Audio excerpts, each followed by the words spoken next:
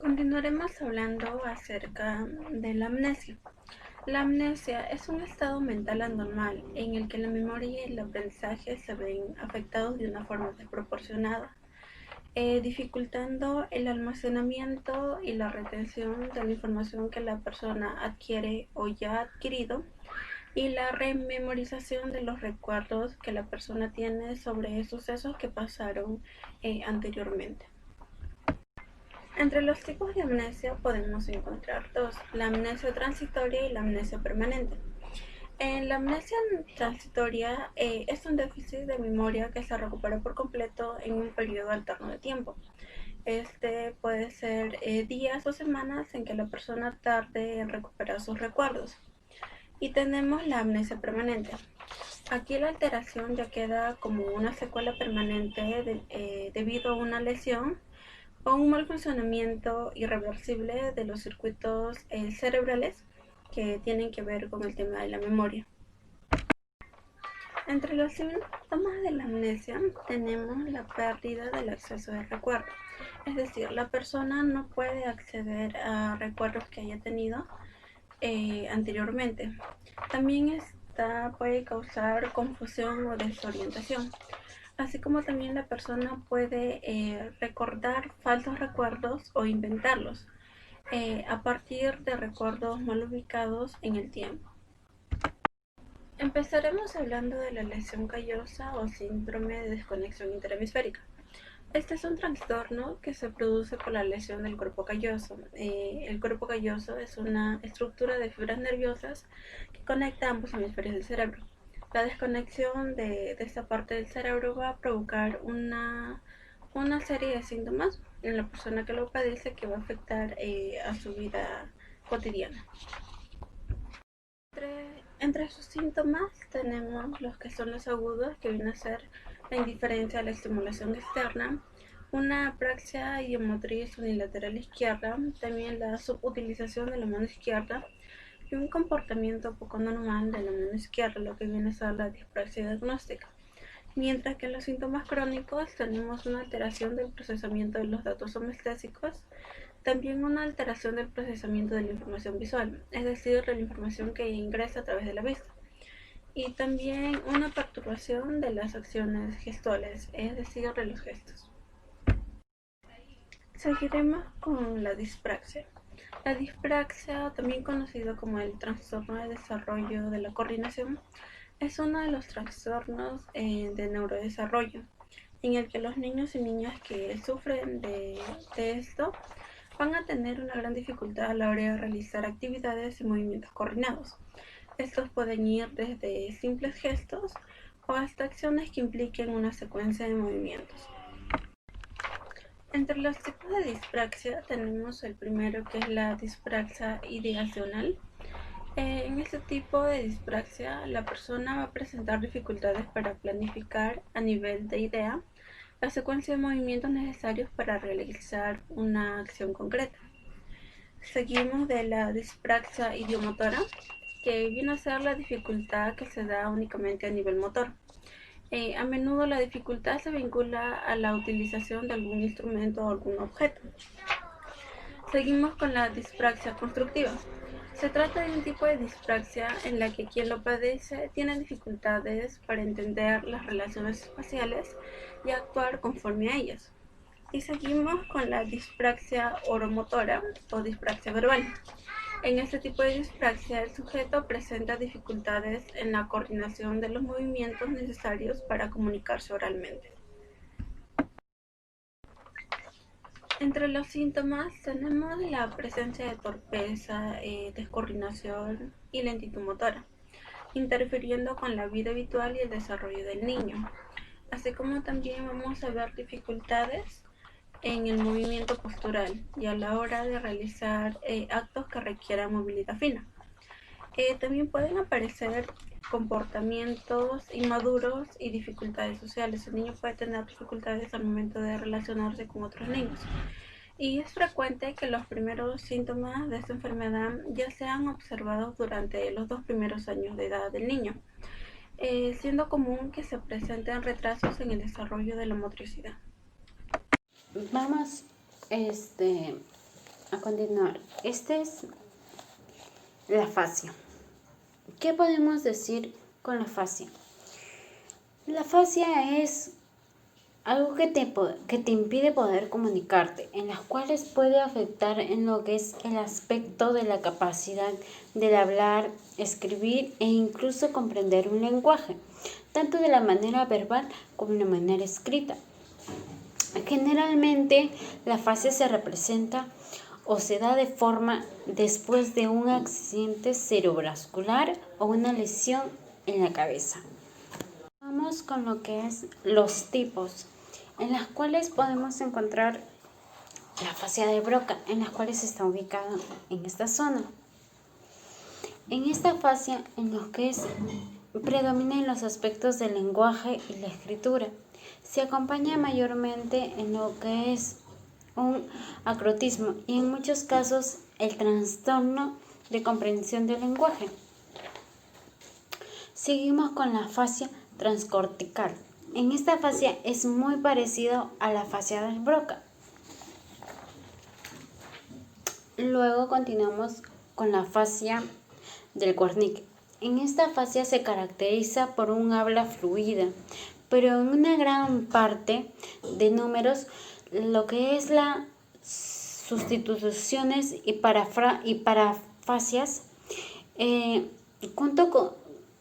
junto a una dificultad en la cual se llega a una difícil comprensión. Podemos decir de que puede haber una B, pero en realidad es una D, entonces no llega a comprender fácilmente en lo que se quiere hablar. En lo que podemos decir la fascia de conducción es una fascia de comprensión casi normal. En la fascia global, vamos a decir que esta fascia global padece incluso de trastornos severos. Incluye problemas de fluidez, de comprensión, no llegan a entender bien en las cuales se quiere comprender o no llegan a entender con gran fluidez a lo que quieren decir, ya sea de manera escrita o manera en las cuales quieren expresarse. La última fascia es la fascia anamnésica. En esta fascia es muy gran parecido a la fascia del Wernicke y la fascia de conducción, pero solamente en esta fascia se habla de la fascia anómica, ya que cuando la dificultad de encontrar palabras muy común o muy parecidas de forma relativamente aisladas. ¿Cuáles son sus síntomas de la fascia? Sus síntomas de la fascia es dificultad de comprensión de lectura, llegar a comprender algo, incluso problemas para leer o escribir. La dificultad de poder hablar con gran facilidad y la dificultad de poder hablar con gran fluidez y de poder comprender. Gracias. Hoy vamos a compartir un poco el tema sobre la agnosia. ¿Qué es la agnosia?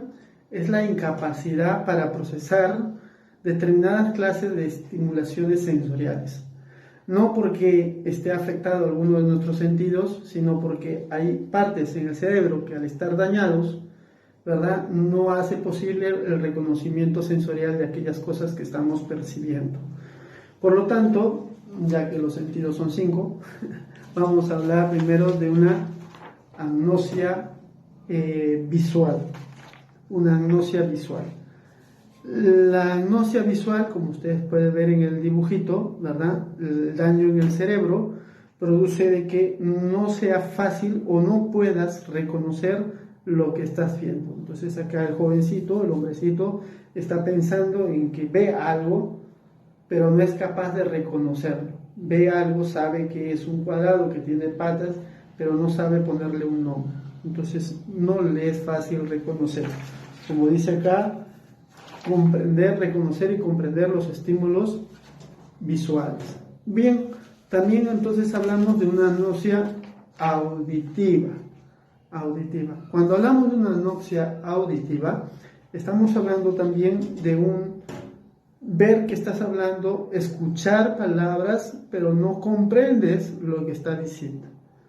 ¿Sí? Tus sentidos están bien, tus órganos sensoriales están bien, puedes oír, puedes escuchar, pero no puedes comprender lo que está hablando la otra persona o lo que se está diciendo. En este tipo de agnosias auditivas hay una variedad, vamos a hablar de agnosias auditivas. Bien, después sabemos una agnosia corporal. Cuando hablamos de una agnosia corporal, estamos refiriéndonos a ya de uno mismo. Tú no eres capaz de reconocerte a ti mismo un parte de tu cuerpo o todo tu cuerpo. Es decir, yo estoy acá parado y no soy capaz de entender, como el dibujo lo dice, qué es esto que toco. No es capaz de reconocer una parte del cuerpo. ¿Ya? También, vamos a decirlo así, está dividido en tres tipos de agnosias corporales, que son la somatognosia, la hemisomatognosia y la autotopagnosia. Nombres medios así complicados, pero bueno, que hay que decirlos. Bien, luego vemos otro tipo de agnosia, la agnosia táctil. La agnosia táctil. Cuando hablamos de la agnosia táctil, estamos hablando de que no somos capaces de reconocer lo que estamos tocando. Como ves en el dibujito, el hombrecito está agarrando una llave, ¿verdad? Pero no es capaz de reconocer, comprender qué es lo que está agarrando. Y ahí se queda pensando, ¿verdad? ¿Qué es esto? Y ahí está dando vueltas. Lo coge, lo siente, pero no es capaz de reconocerlo. Bien.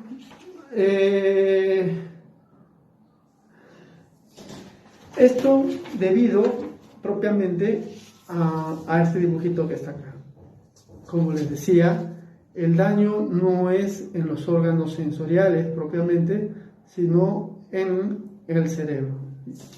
Y entonces, cuando hablamos de que ha sido dañado, por ejemplo, donde está el lóbulo parietal, ¿ya? Cuando hablamos del lóbulo parietal que está aquí, cuando estamos hablando de un daño ahí, la consecuencia que va a tener es dificultades para identificar objetos familiares que son colocados en la mano, ¿no? Y no es capaz de comprenderlo, de identificar qué es esto que yo estoy agarrando. Entonces estamos hablando de una agnosia táctil. Cuando hablamos que el daño está en el lóbulo occipital, donde está, aquí está el lóbulo occipital, estamos hablando de que no puedo reconocer objetos como una cuchara, un lápiz, aunque pueda verlos. Los estoy viendo, pero no los puedo reconocer. Es como si yo cogiera un lapicero, ¿verdad? Y no sepa qué es lo que estoy mirando. No le puedo dar. Lo cojo, lo toco, lo siento, ¿verdad? Y no soy capaz de darle un nombre, porque no sé cómo reconocerlo, cómo identificarlo. Y entonces estamos hablando de una agnosia visual. Cuando estamos diciendo que el daño o la lesión ha sido producida en el lóbulo temporal, que está aquí, ¿verdad? El lóbulo temporal, se nos hace imposible reconocer sonidos, aunque pueda oírlos. Oigo la música, oigo lo que hablan, pero no logro identificarlos. Y estamos hablando de una agnosia auditiva. Cuando hablamos del daño del lóbulo occipital.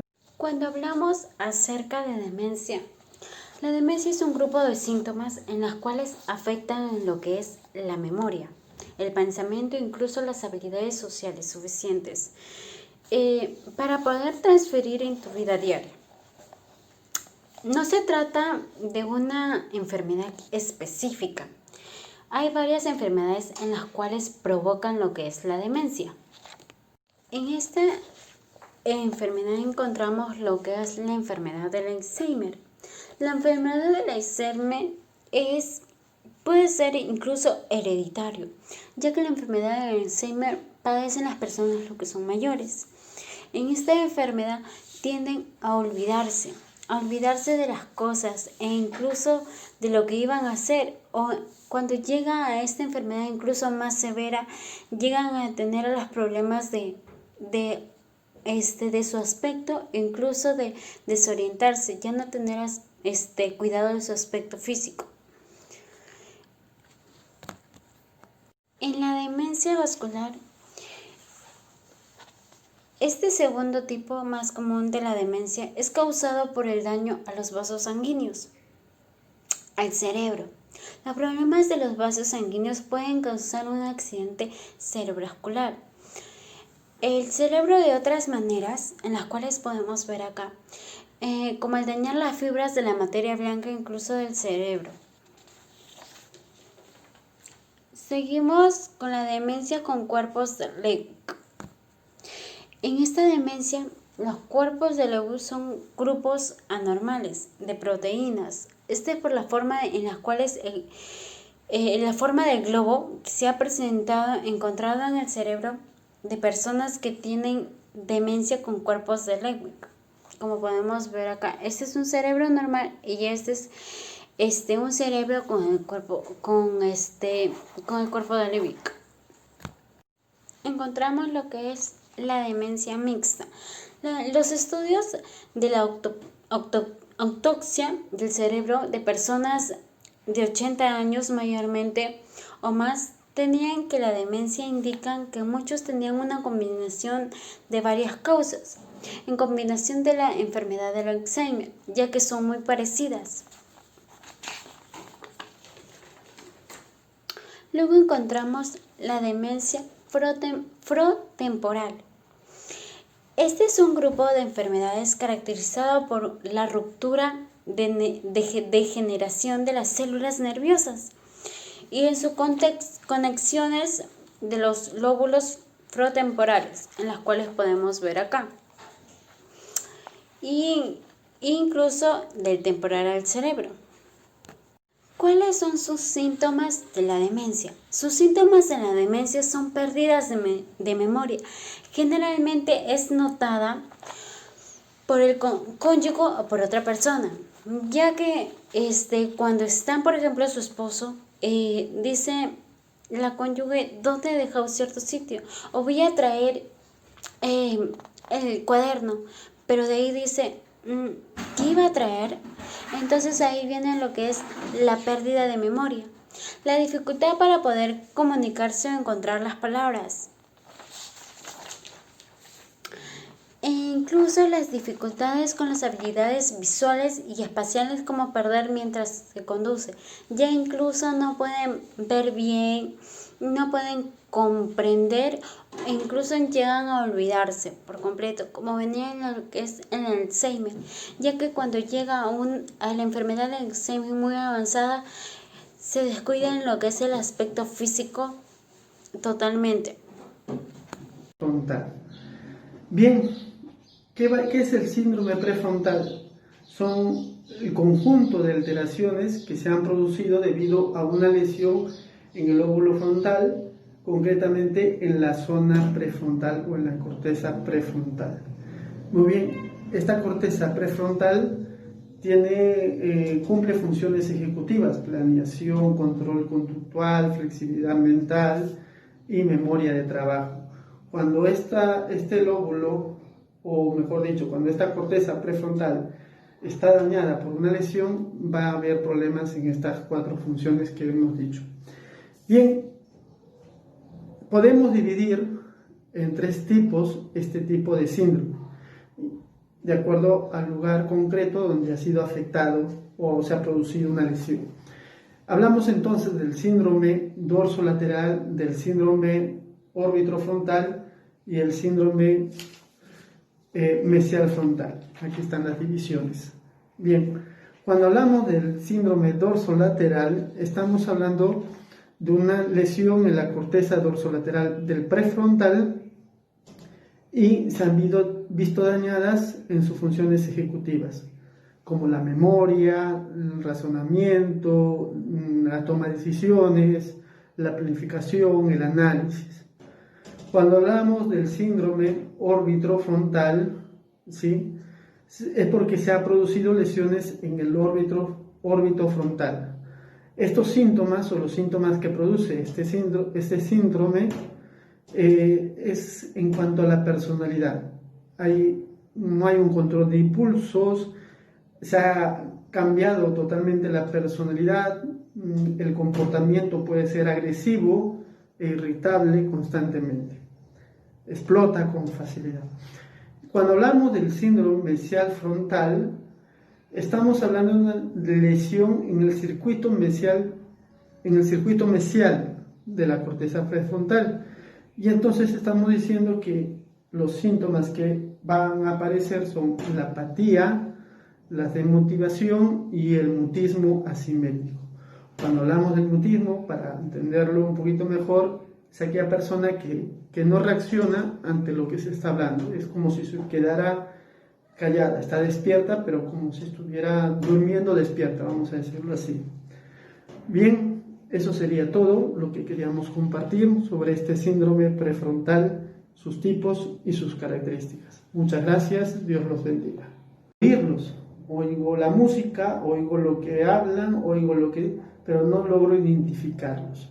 Y estamos hablando de una agnosia auditiva. Cuando hablamos del daño en el lóbulo occipital y temporal, no vamos a reconocer lugares conocidos. A este tipo de agnosias le podemos llamar como agnosias ambientales o espaciales. Bien, esos son los tipos de agnosia, lo que es una agnosia, los tipos y sus características o consecuencias de cada una de ellas. Pues nada, muchas gracias, Dios los bendiga.